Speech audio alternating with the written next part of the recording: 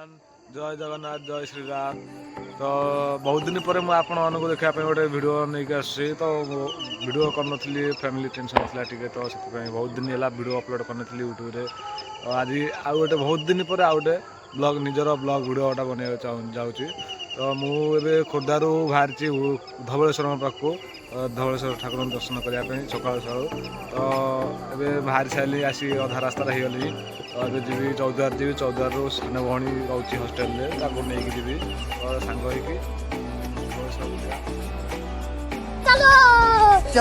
तो मुझे आसी पहुँच जाइए चौद्वार रे।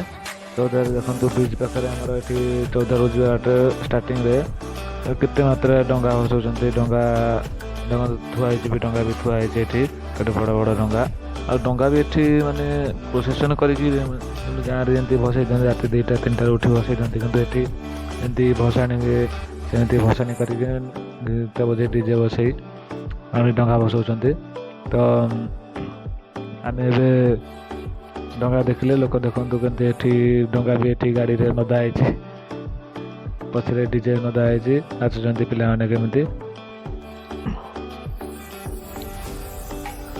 आउट गोटे आगे आउटे डंगा आसूसी आगे आगे डीजे बाजी बाजी छुआ नाचुंट पछरे डंगाटी है देखो बहुत भाई पिला बसई ईश्वर कर डिजाइन कर बहुत सुंदर भाव में पहुंच जाए चौद्वार जी भौणी सान भौणी पाखु सान भौणी को लेकिन आसबि आम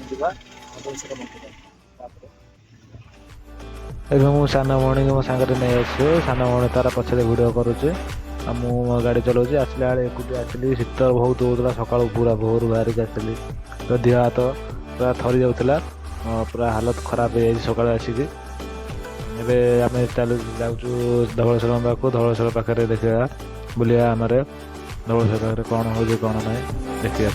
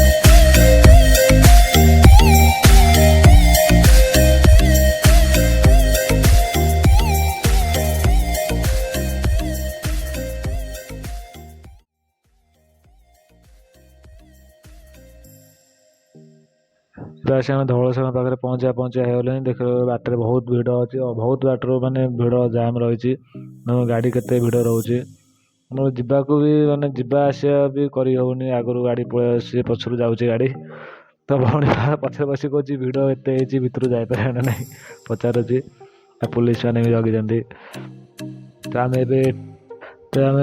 स्टैंड रखा आम बहुत आगे फास्ट स्टैंड यहाँ फास्ट स्टैंड यहाँ हूँ मैंने ठाकुर पाखर फास्ट स्टैंड आहरी पचर बहुत स्टैंड है आम ये पलू कहीं अधिक चलिया पड़े बोली पलू केते मात्रा भिड़ रही देखो आम गाड़ी रखी सारे भिड़ रही बहुत मात्रा भिड़ रही देखो अभी आम जा चल टिकेट 20 टଙ୍କା लेखा टिकेट रखुच्च बाइक टिकेट तो आम सान भौणी तार पछे छिड़ा दांत देखा ए चलतु जा ठाकुर पाखे देखा केते भिड़ ठाकुर तो देखे हेनी कि देखी भी हम कि ना से भी सन्देह कहीं मुझे पुणी ड्यूटी करी ତ ଏବେ ଆମେ ଖାଲି ମାନେ ଇଚ୍ଛା ଥିଲା ଗୋଟେ ବୁଲିବାକୁ ଆସିବା ପାଇଁ, ତ ଯାଉଛୁ ବୁଲିବାକୁ।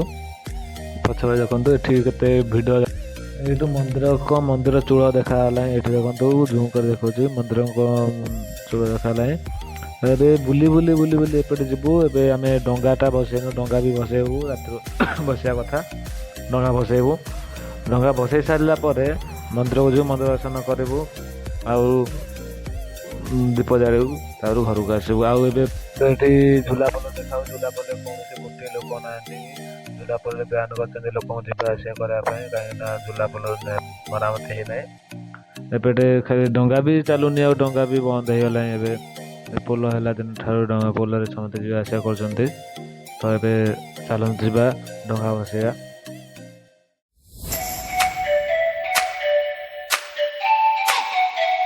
ଡଙ୍ଗା ବସିଲା ପୂର୍ବରୁ ଦେଖନ୍ତୁ ଡଙ୍ଗା ବସିବା ସ୍ଥାନରେ କେତେ ମାତ୍ରାରେ ଭିଡ଼ ଅଛି, ବହୁତ ମାତ୍ରାରେ ଭିଡ଼ ଅଛି। ଏବେ ଆମେ ଯିବା ଡଙ୍ଗା ବସେଇବା। ଭଉଣୀ ତାର ଡଙ୍ଗା ନେଇକି ଆସୁଛି, ଆଉ ମୁଁ ତା ପଛେ ପଛେ ଯାଉଛି। ଦୁଇଟା ଡଙ୍ଗା, ତା ମୋର ଡଙ୍ଗା ନେଇଯାଉଛି, ତା ଡଙ୍ଗା ବି ନେଇକି ଯାଉଛି। ସେ ଏଠି ଏବେ ଡଙ୍ଗା ବସେଇ ସାରିଲା ପରେ ମନ୍ଦିରକୁ ଯିବୁ। ସେ ତାର ଆଗେ ଚାଲିଛି, କହିଲା ଦେ ମୁଁ ଧରିବି। ତାର ବୁଲିବାକୁ ବହୁତ ମନ ଅଛି, ସବୁବେଳେ କହୁଛି ଖାଲି ମୋତେ ବୁଲିବାକୁ ନେ। ଦେଖନ୍ତୁ ଚାଲିଛି ଆଗେ।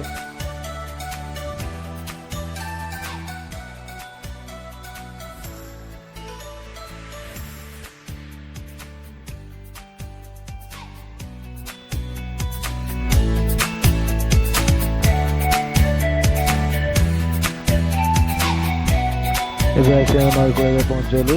ନଈକୂଳରେ ପହଞ୍ଚିଲା ପରେ ଭଉଣୀ କଥା ପଚାରୁଛି ଡଙ୍ଗା ବସିଲା ବେଳେ କ'ଣ କୁହାଯାଏ। ମୋତେ କହିଲି ଆକା ମା ବୋଇ ପାନକୁ ଥୋଇ, ପାନକୁ ଥୋର ମାଛ ଧର ମୋର। ହେଲେ ବି କହିପାରୁନାହିଁ। ବହୁତ ଚେଷ୍ଟା କରିକି ସେମିତି ଯାଇ ଡଙ୍ଗା ବସେଇବାକୁ ଯାଇଛି।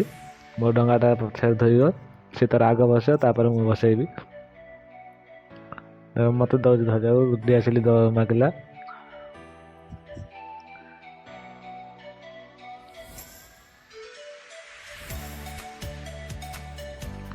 ଏବେ ତା ଡଙ୍ଗା ବସେଇଲା।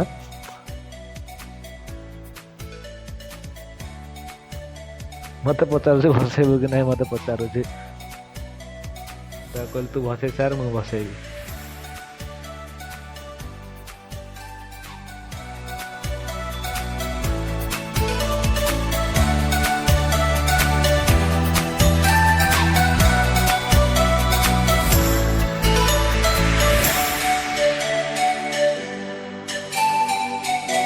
ଡଙ୍ଗାରେ ପାନ ଗୁଆ, ସୋରିଷ, ଚାଉଳ, ଧୂପରେ ଥୁଅନ୍ତି। ତାପରେ ପଇସା ବି ମଧ୍ୟ ଥୁଅନ୍ତି, ପଇସା ଥୋଇକି ଭସାନ୍ତି।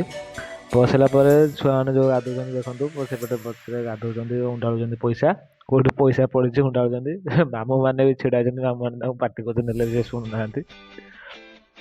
କିନ୍ତୁ ମୁଁ ପଇସା ଆଣିନି, ଥୋଇନି, ମୋର ଆଉ ମନ ବି ନାହିଁ ପଇସା ଥୁଆ କି ନାହିଁ ଥୁଆଏ।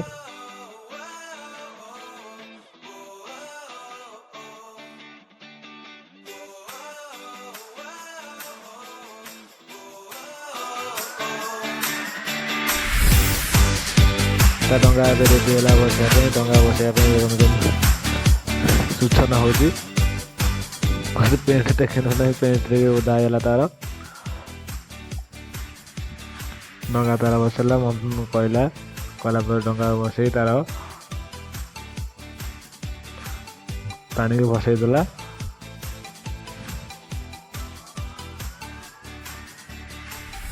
ତେବେ ଆମେ ଡଙ୍ଗା ବସେଇ ସାରିଲା ପରେ, ମୁଁ ବସେଇ ସାରିଲା ପରେ ଆମେ 2 ଜଣ ବସେଇଦେଲୁ। ବସେଇଲା ପରେ ଏବେ ଯିବୁ ଆମେ ଠାକୁରଙ୍କ ପାଖକୁ। ଚାଲନ୍ତୁ ଯିବା ଠାକୁର ପାଖକୁ। ବେଗ ମୋ ହାତ ଧରି ଦେଇଛି, ତାକୁ କଷ୍ଟ ହେଲା। ତ ଏବେ ଦେଖନ୍ତୁ ଠାକୁରଙ୍କ ପାଖରେ ଏଠି ତ ଏବେ କିଛି ଭିଡ଼ ନାହିଁ। ଠାକୁର ପାଖକୁ ଗଲାବେଳେ ସେଠି ମାନେ ପୁରା ଜାମ୍ ହେଇଯାଇଛି। ସେଠି ବହୁତ ଜୋରରେ ଜାମ୍ ହେଇଯାଇଛି, ଯାଇ ହେଉନି କି ଆସି ହେଉନି।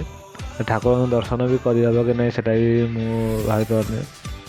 ଆଉ ଠାକୁରଙ୍କ ପାଖରେ ବାହାରେ ଭୋଗ କିଣିଲେ ବହୁତ ଶସ୍ତା, କିଣିଲେ ଭିତରେ କିଣିଲେ ବହୁତ ରେଟ୍।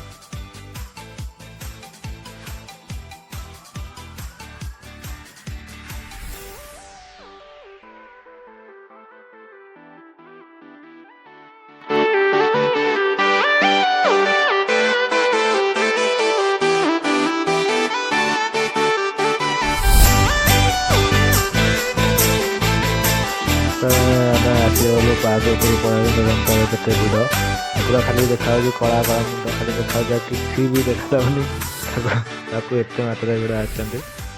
ତ ଡଙ୍ଗି ବସିବା ସହିତ ବଡ଼ ଓଷା ସାଙ୍ଗରେ ବି ଠାକୁରଙ୍କୁ ଦର୍ଶନ କରିବାକୁ ଆସନ୍ତି। ତାପରେ ଏବେ ଆମେ ଠାକୁରଙ୍କୁ ଦର୍ଶନ କରିସାରିଲା ପରେ ଠାକୁରଙ୍କୁ ତ ଦର୍ଶନ କଲାବେଳେ ଭିଡ଼ କରିପାରିଲୁନି, ବହୁତ ମାତ୍ରାରେ ଭିଡ଼ ଥିଲା। ତାପରେ ଆସିଲା ପରେ ଏଠି ଅଛି ଫାଷ୍ଟ ଦ୍ୱାର ଅଛି ଶିବ ପାର୍ବତୀଙ୍କ ମୂର୍ତ୍ତି ଅଛି। ମୂର୍ତ୍ତି ଦେଖି ସାରିଲା ପରେ ଯିବା ଠାକୁରଙ୍କୁ ଦର୍ଶନ କରିବା ପାଇଁ କେତେ ମାତ୍ରାରେ ଭିଡ଼ ଲାଗିଛନ୍ତି କେତେ ଦେଖନ୍ତୁ ପୁରା ଲାଇନ୍ ଲାଗିଛନ୍ତି, ବହୁତ ବାଟର ଲାଇନ୍ ଲାଗିଛନ୍ତି ଠାକୁରଙ୍କୁ ଦର୍ଶନ କରିବା ପାଇଁ। ତାପରେ ମୁଁ ଦେଖେଇବି କେତେ ଲାଇନ୍ ଲାଗିଛନ୍ତି। ତାପରେ ଯିବା ଆଉ କିଛି ଜିନିଷ ଦେଖିବା। ଦେଖନ୍ତୁ କେତେ ବାଟ ଲାଇନ୍ ଲାଗିଛନ୍ତି ସେମିତି ଡବଲ ଲାଇନ୍ ଲାଗିଛନ୍ତି।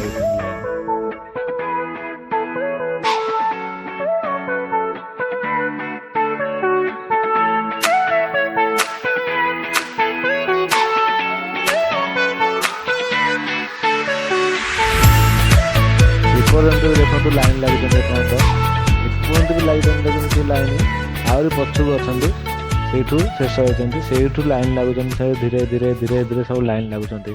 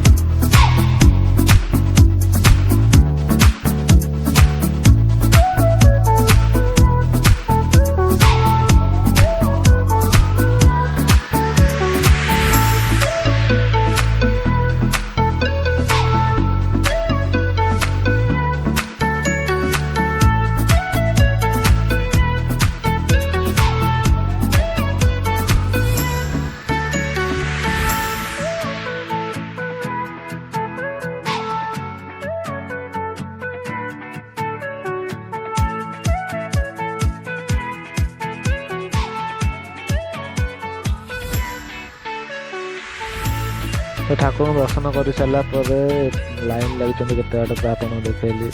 ତାର ଏପଟ ଭ୍ୟୁ ଦେଖନ୍ତୁ, ଠାକୁର ପଛପଟେ ଭ୍ୟୁ ଦେଖନ୍ତୁ କେତେ ସୁନ୍ଦର ଭ୍ୟୁ। ଆଉ ଏପଟେ ପଛପଟେ ଗୋଟେ ଶିବ ମନ୍ଦିର ଅଛି। ଆଉ ଏଠି ସାଧୁ ବାବା ବସନ୍ତି, ସାଧୁ ବାବାକୁ ଯାଉଛି ସାନ ଭଉଣୀ ତା ହାତ ଦେଖେଇବାକୁ। ଟିକେ ବାବା ମୋର ହାତ ଦେଖନ୍ତୁ, ମୁଁ କ'ଣ କରିବି ଭବିଷ୍ୟତ, ଚାକିରି କରିବି କି ଛେଳି ଚରେଇବି ସେଟା ପଚାରିବାକୁ ଯାଇଛି। ବାବା ତାଙ୍କୁ କହୁଛନ୍ତି ଯେ ମୋ ହାତ ଦେଖେନି।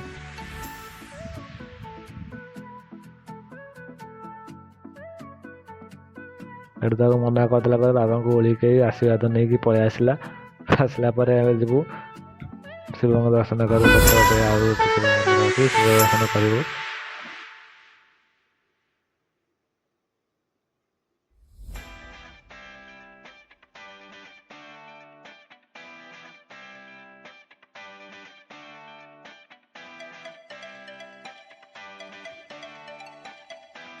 ମାମୁଁ ମାନେ ବି ଜଗିଛନ୍ତି। ଏଠି ଭଉଣୀ ତାର ଶିବଙ୍କ ଦର୍ଶନ କରି ଆସିଲା ପରେ ଏଇଠି ଯେଉଁ ଆମର ଆଗରୁ ଯେଉଁ ଆସୁଥିଲେ ଡଙ୍ଗାରେ ସବୁ ଏଇଠି ଆସୁଥିଲେ, ଏପଟୁ ସେପଟକୁ ଯାଉଥିଲେ, ସେପଟୁ ଏପଟକୁ ଆସୁଥିଲେ ଡଙ୍ଗାରେ।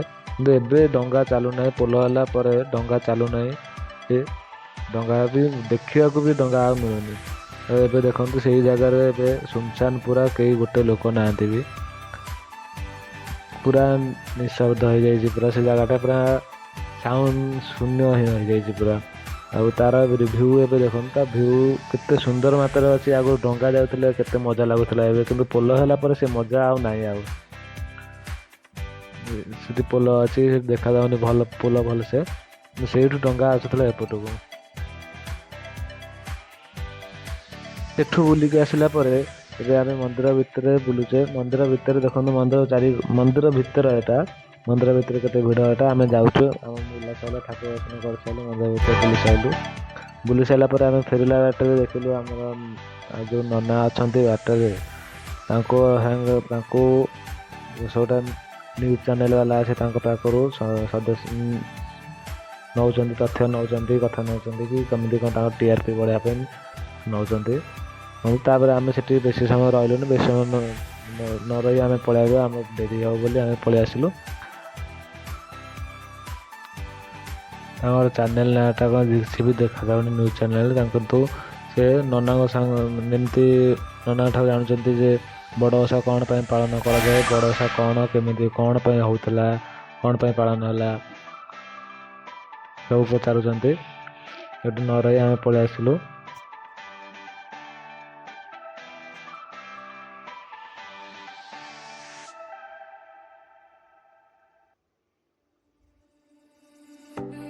ଏପର୍ଯ୍ୟନ୍ତ ବି ଭିଡ଼ ଅଛନ୍ତି, ଦେଖନ୍ତୁ ଉପରକୁ ଆସୁଛନ୍ତି ଭିଡ଼। ଏବେ ଆମର ବୁଲାବୁଲି ସରିଗଲା, ଠାକୁର ଦର୍ଶନ କଲୁ, ଦୀପ ଜାଳିଲୁ, ଡଙ୍ଗା ବି ବସେଇଲୁ, ପୁଣି ଗର୍ତ୍ତ ବସିବୁ, ପୁଣି ଏଇ ଡଙ୍ଗା ବସା ଦିନ ପୁଣି ଆସିବେ ଏବେ ଆମର ବୁଲାବୁଲି ସରିଗଲା। ଏବେ ନୂତନ ଆଉ ଗୋଟେ ଭିଡ଼ିଓ ଆଣିବା ପାଇଁ ଚାହୁଁଛି, ଜାଣିନି କୌଣସି ଭିଡ଼ିଓ ଆଣିପାରିବି। ଜୟ ଜଗନ୍ନାଥ, ଜୟ ଶ୍ରୀରାମ।